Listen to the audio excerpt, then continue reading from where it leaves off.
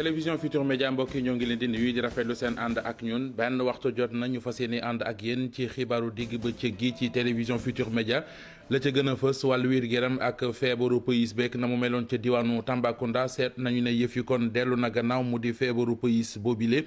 ñaar ñi nga xam ne ñoo ko fa amee woon kon wér nañu ba war a dellu ci seeni soxla. tolluwaayu coronavirus bi ci réew mi tey jii am nañu lu toll ci juróom-ñeenti doomi aadama yooyu ñàkk nañu seen bakkan mooy lim bi ñu am ci 24 heures yi ñu génn am nañu it lu toll ci li nga xamante ne mooy ñetti téeméeri doomi aadama ak juróom-ñett fukk ak ñett yooyu amee nañu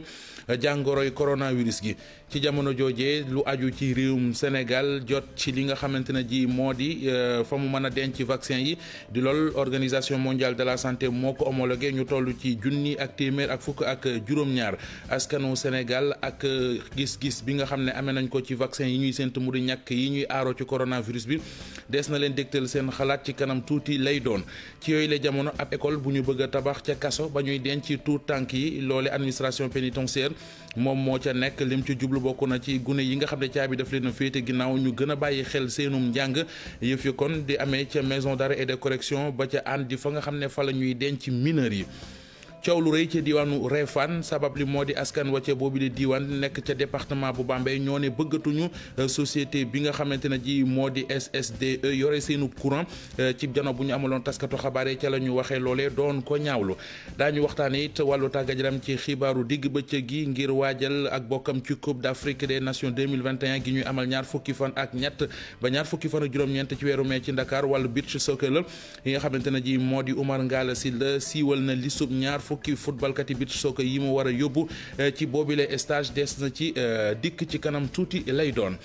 mbokk yi lii mooy li gën a fës ci xibaaru digg bëccëg gi ci télévision Futur Média ngeen taaxee la ñu faram fàcceel leen ko.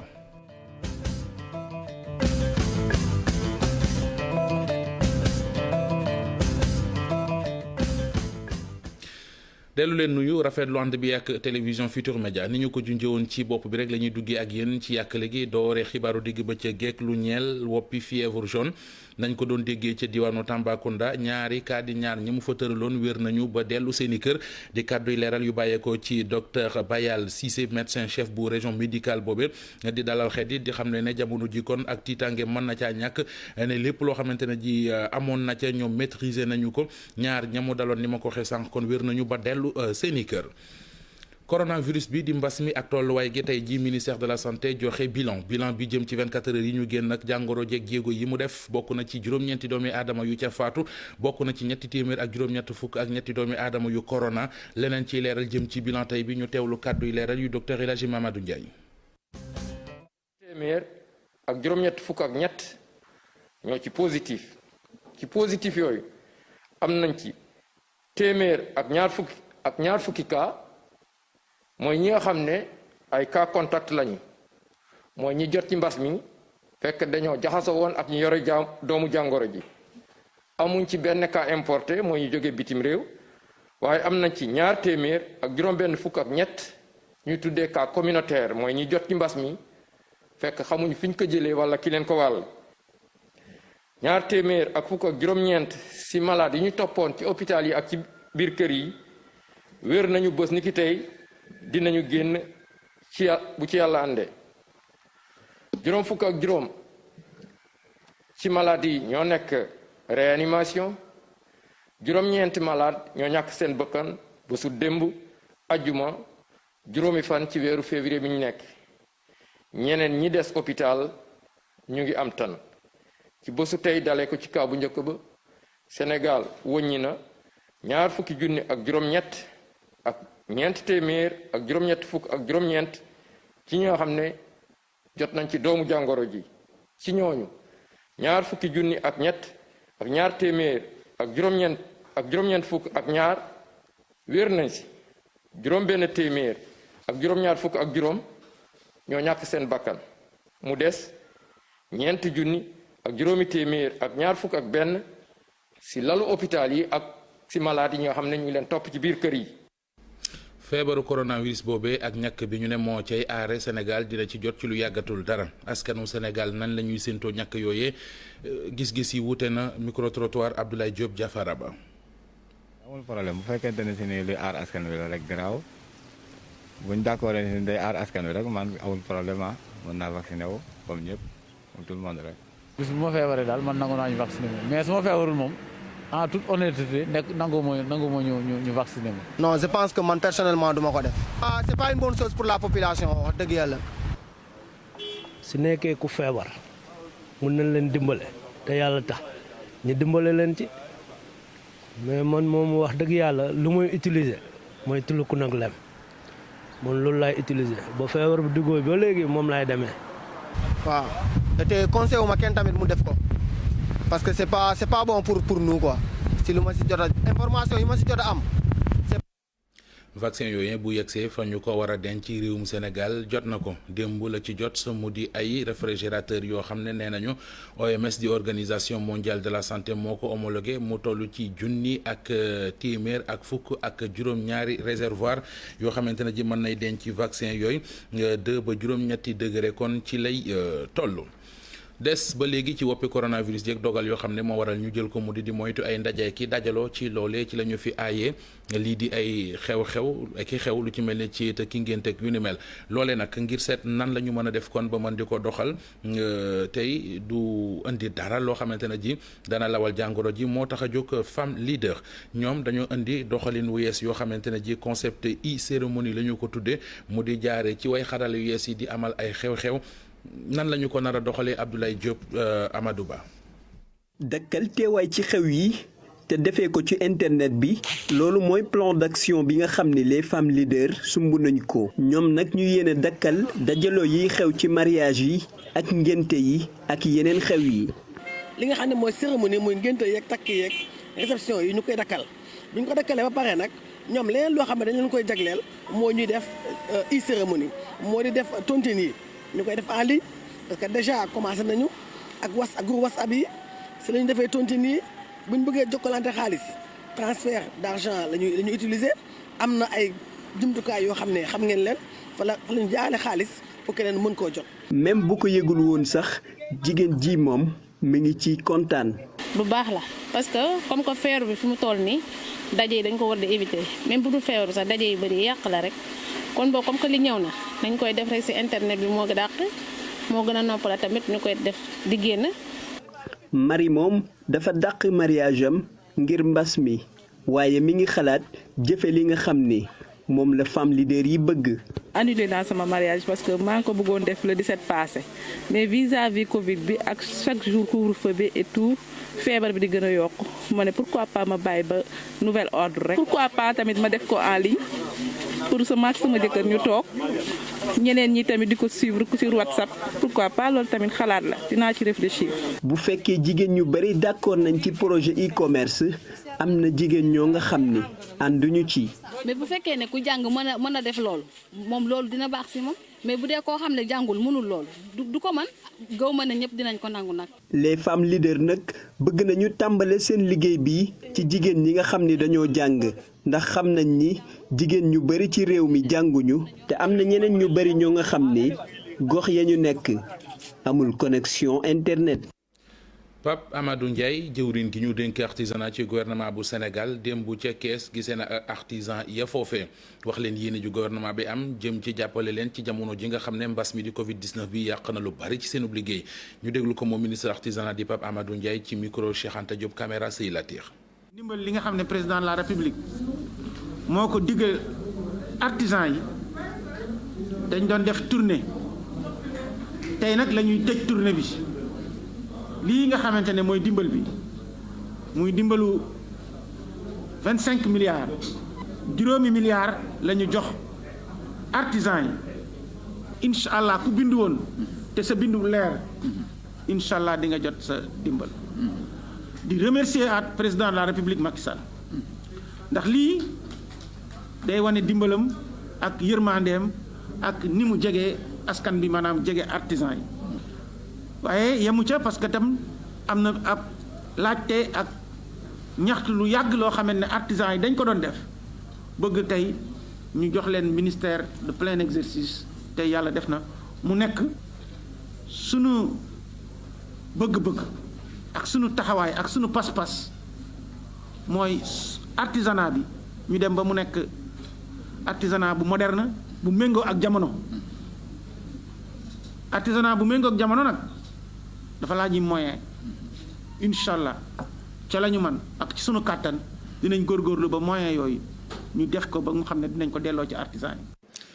gàmmuk Taïba Niassène gi ñu jël dogal tuxal ko ndax moytu lu lawal coronavirus bi ambassadeur itinérant bi di Mouhamed Ndiaye Rahma da koo rafetlu taxawaay bi gis na it maanaam doxalin la woo xamante ne ji waa Medina Baye rawatina xalif bi teg na ko ngir nag ñu bari war cee roye rawatina ci askan wi ngir ñu xam ne coronavirus bi di ay caaxaan te kenn ku nekk war ngaa dëkke def lu koy jëlee ci mim réew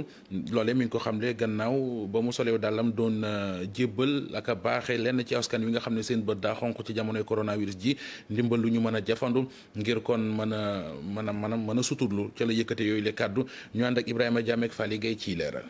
dogal bi nga xam ne nag waa Medina Baye daal dinañ koy jël toxal lii di gàmmu Taïba Niassène ndax feebar bi lee lëmbee àdduna taalibe yu bëri nag rafetlu nañ ko bu baax a baax ci di ambassadeur itinérant Mouhamed Ndiaye Rahma jàpp ne décision bu responsable di doxalinu kilifa bu nga xamante ne warul woon bett kenn. kon li ma jàpp mooy Medina lim def mooy li ñu xaar ci moom Medina lim def mooy li nit ñi xam ci moom Medina lim gàll mooy lim nàmp mooy xam-xam moom la xam jàng moom lañ xam moom lañ gàll moom lañ woo askan wi moom lañ digal nit ñi pour ñu def ko te loolu yonent bi moo ñu ko digaloon avant ñuy ñëw ci mag ñi baax ñi digal ñu ko. lu jëm ci wàllu feebar bi la sax nga xamante ni mu ngi law di dem fii ci diwaanu Kaolack moom Mouhamed Ndiaye di responsable politique doon itam talibé di woo kon askanu Kaolack ñu gën a taxaw xeex feebar bi la samonteeg digley kër docteur. parce que Kaolack bokk na ci dëkk yi nga xam ne tey wax dëgg yàlla mbas mi xaw na fi am solo bëri.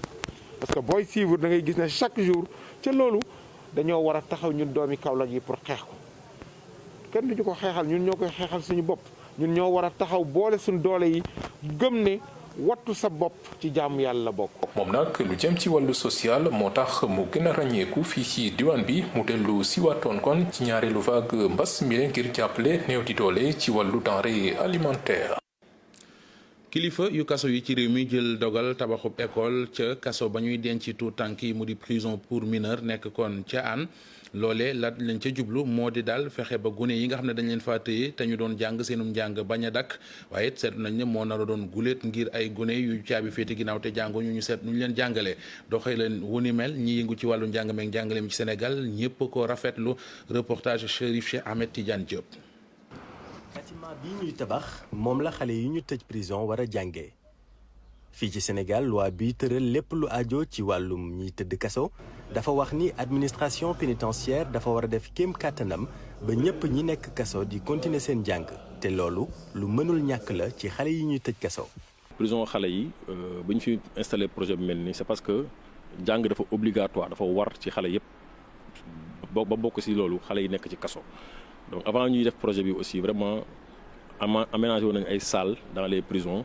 pour jàppale xale yi ñi nga xamante ne am nañ at pour jàng ñu jàngi ñi nga xamante ne war nañu examen mais projet bi lu tax mu am solo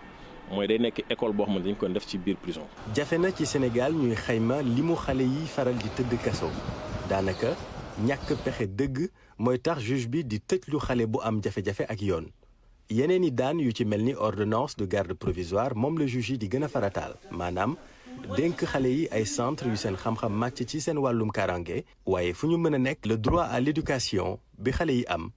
dañ ko war a sàmm. seen droit la mooy dañu war a jàng en tant que démembrement ministère de l'éducation nationale inspection d'académie de Dakar te fort bee nekk ci inspection d'académie de Dakar ñun dinañ ci jàpp bu baax. ñi nekk ci prison yi dañu nekk en décrochage comme ni ñu koy waxee dans notre jargon donc su dee am nañu wërsëg boo xam ne ak chance boo xam ne dañ leen di jàngal wax dëgg yàlla dañu mun ko saluer ko encourager ko di ñaax nag réew mi ak autorités yi ñu yaatal ko wut tamit liñ naan préscolaire. naam projet bi lu ñu rafetlu la waaye du jàngalekat yépp ñooy mën a jàngal xale yi nekk kaso. ki leen di jàngal bu ñëwee te fekk amul benn niveau bi nga xam ne dina leen mën a sut ci xel. xam nu ma leen mënee accompagner ci ñun li ñuy wax accompagnement psychosocial dugg ci seen bopp yi pour mën leen gën a jubbanti moo tax ma ne dañu war a xool foofu jàngalekat yi fay dem ñu profiler leen. école bi nag Forbé lañu ko samp muy prison bu nga xamante ni ay xale yu góor rekk ñoo fa nekk jafe-jafe bi mooy xale yu jigéen ñi ñoom maison d'arrêt pour femmes bu Liberté 6 la ñu nekk te ñoom itam dañu war a jàng. bu ñu yeggee ci mise en œuvre bi. xale yu jigéen yi nga xam ne ñu ngi maison d'arrêt pour femmes ñoom dinañ xool nuñ leen ci intégré waaw mais projet bi parce que enseignement bi c'est obligatoire pour tous les enfants te defuñu xàjj ak seen ci góor ak jigéen. droit à l'éducation góor la ak jigéen li ñuy def actuellement pour góor ñi man espérer naa que ne dinañ commencer di xalaat pour que xale yu jigéen ñi nga xam ne ay mineurs lañ ñu mën leen def ci yooyu condition tamit parce que ñoom tamit seen droit la. école bi mën na jël ba lu toll ci téeméeri gone inauguration bi dinañu ko amal ci weer yi du ñëw ngir xale yi nekk prison mën a tàmbali seen jàng année scolaire bii di ñëw comme seeni moroom yi nekk ci biti. Cheikh Ahmed Tidiane Diop wutali diwaanu Réfane ma nga ca département bu Bambey askan wa ñoo àndatul ci seenub courant kër gi di SSDE di ko yore la tax nee nañu daal gisuñu ca seen njariñ cib janoo bu ñu doon amal ak taskatu xabaar yi ca la ñu ko wax ñu teewlu kàddu ki amee seen kàddu muy porte-parole bi Mbaye Yum lay wuyoo. te nag mooy SSDE depuis comme ni ko Abdoulaye waxee 2014 2015 ba léegi. courant bi mu ngi taxaw poto yaa ngi taxaw buum yaa ngi takke mais ba léegi population bi mënuñoo jot ci courant bi loolu nag la ñuy mitit lu moom la ñuy naqarlu moom la ñuy jooy te ñoom dem nañu ba seen contrat jeex na def nañu ñaata demande yaakaar naa bu ma juumul am na demande bu nekk en cours boobu ba léegi te mënuñoo muus fexe ba andil ñu ay contour loolu nag moom moo nu metti moom la ñuy jooy di ko yuuxu ci état bi moom mi nga xamante moom la kaddoom gën a jóg sunu kaddu. nan nu jàppale ci ki nga xamante mooy SSDE comme moom contrat am jeex na te li mu signé ante woon ak nun mataliwu ko na jéble courant bi Senelec bu jéblee courant bi Senelec nu def sunuy daman ñu wàccel askan wi courant bi ñu mën a taal parce que ci réew mi la nu bokk nag am nañu cib cër kon dañoo war a jot suñu cër. léegi nag loolu bu fekkente bii mën da am ba mën da am nun courant bi dinañu sensibiliser ñëpp kenn dootul fay courant tant que courant bi demul ci waa Senelec. ñetti gox a ngi yu bëgg a boole son doole jëmee ko cib jëflante mu di commune bu Sandiara Malicounda ak Nguéniène li ñu ci jublu daal bokk na ci wàllu développement ci ay pexe la ñuy nas nee nañu bu sottee lu mu bon juróomi junni xëy gune yi dinañ ko ca mën a amee Abdourahmane Diallo Mamadou Gueye. ab collectivité territoriale bu bees lañu daal di taxawal ci département bu Mbour loolu nag mu ngi xew ginnaaw déggoo ñetti commune entente intercommunale Malicounda Nguéniène Sandiara ku nekk xam na ne ay entente bari na Sénégal waaye entente bu ñu dem ba mu formaliser ko préfet ñëw samp bureau bi ñu voté ba bureau municipal bi ku ci nekk ñu voté ba ne diw moo jiitu diw moo ci topp yaakaar naa ne à part communauté urbaine bu Dakar nga xam ne entente la woon entre ay communes pour gérer mbalit ci sama xam-xam bii yaakaar naa ne mooy deuxième entente boo xam ne ay communes constitué nañ ko Sénégal représentant de l'État ñëw fal bureau. collectivité territoriale bu bees boobu nag kii di maire Sandiara moo ko jiite Serigne Gueye Diop di ñu wax lan mooy seen wareef waaye tamit agropole bi ban njëriñ la fa am. mais wane surtout que communes yi dañoo war a gën a am taxawaay ci wàllu politique publique naka la ñuy fexe ba politique publique yi nga xam ne moom la état bi taxawal muy agriculture bi muy élevage bi muy industrie bi naka la ñuy def ba ñun ñu wane ko loolu mën naa am loolu nag mooy agropole bi nga xam ne moom mooy objet bi nga xam moo réunir les trois intercommunalités parce que loolu su amul rek du sotti. budget bi ñaata la 54 milliards nombre d' emplois ñaata lu tolloog 5000 emplois. lëkkaloo diggante Malicounda Sandiara ak Nguéniène fukk ak juróomi conseiller ñoo ëmb kuréel googu te ñoom ñooñu ci ñetti communes yi la ñu jógee.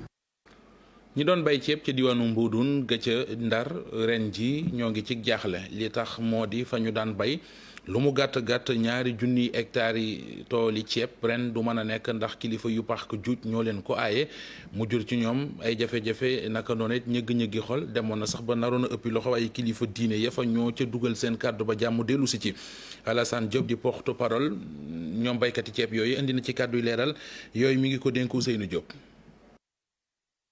ñi nga xam ne ñoom ñooy waa parc bi fii ñoom ñoo ñu tere liggéey parce que indi nañu suñu ay engins bugg a liggéey borom parc bi.